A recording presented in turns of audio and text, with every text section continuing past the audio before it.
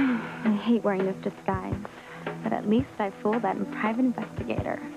He's gone. Oh, there's Whitney. So I told him the stalker moved to South America, and he believed me. You lied to the private investigator? Oh, what do you want me to say, Whitney? Yes, I'm the girl Ethan thinks is stalking him. He would have arrested me right there. Ethan could still recognize you. I won't get caught. My disguise works. I told you I'd fool him, and I have. Are you sure the investigator believed you, Theresa? Positive. He won't be looking for Ethan Crane's stalker anymore. Unless he plans on going on some wild goose chase to South America. I told you, luck's on my side. I just wish I could say the same. What do you mean? I just got offered a corporate sponsorship by Crane Industries. Oh, that's incredible. But my dad turned it down. He what? Why? Weren't you and your parents hoping someone would sponsor you? Having a corporate sponsor would help us pay for the cost of training, equipment, travel expenses to tournaments. I mean, the more tournaments I play, the better chance I have to qualify for the Olympic team. Plus, having a sponsor like Crane Industries would make you the talk of the tennis world, Whitney. Everyone would know who you are. But the most important thing is that it would relieve financial pressure off of my parents. I mean, they never complain, but I know they sacrifice so much just so I can play. Then why did your dad turn this down? I would think he'd be thrilled. Me too, but I took him over there to meet Mr. Crane, and he said no. Why? I don't know. I'm sorry, Whitney. I'm just going to find another sponsor. Sure you will. One day, you'll be a famous tennis star. And you're going to be a famous fashion designer. That's right. That's why this job as Ivy Crane's personal secretary is so important to me. I could learn so much, meet important people, make contacts. This job is my ticket into the future. I just can't let anything stop me. I made the appointments you requested, Mrs. Crane, and I answered the letters you gave me. They just need your signature. Well, thank you, Theresa. You're friends with Whitney Russell, aren't you? The girl who's giving me the tennis lessons? Yes, best friends. You know, I'd like you two to join me for lunch. It would give me a chance to get to know both of you better. I'd love to. Thank you. I'll go tell Whitney. Excuse me. Excellent.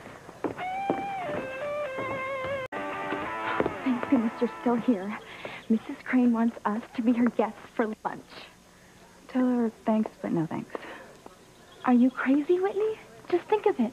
The two of us having lunch at the country club. It means we've arrived. If you believe that, you're a fool, Theresa. What in the world is the matter with you, Whitney? I just don't want to have lunch here, that's all. Why? My grandfather worked here as a caddy and a groundskeeper. And my dad caddied here when he was my age. But they weren't allowed to play on the golf course or eat in the restaurant.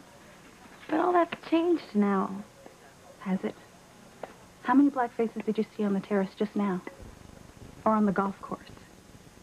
People never say anything, but we know that they still have the same restrictions as they did back then. Why do you give tennis lessons here? I'm thinking of giving it up. I'm going to find a new job. I never knew you felt this way.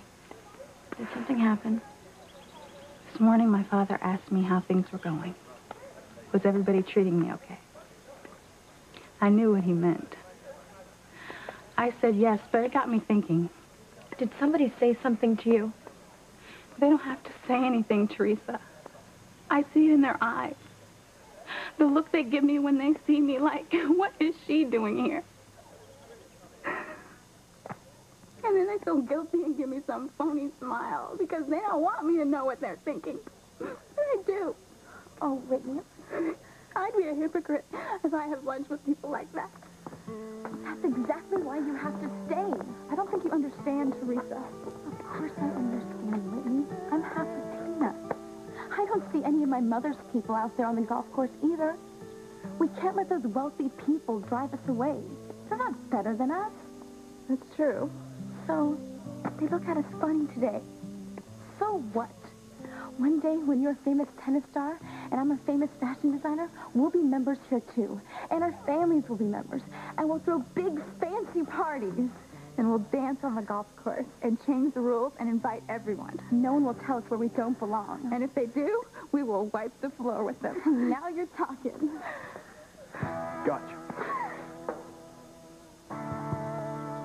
You think you're pretty clever, don't you?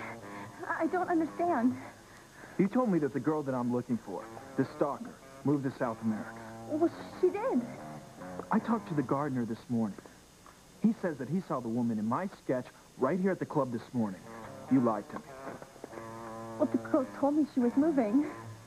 I don't believe you. You're covering for her. Why would I do that? I don't know. Maybe you're friends with her. Wait a minute. There's something weird going on here.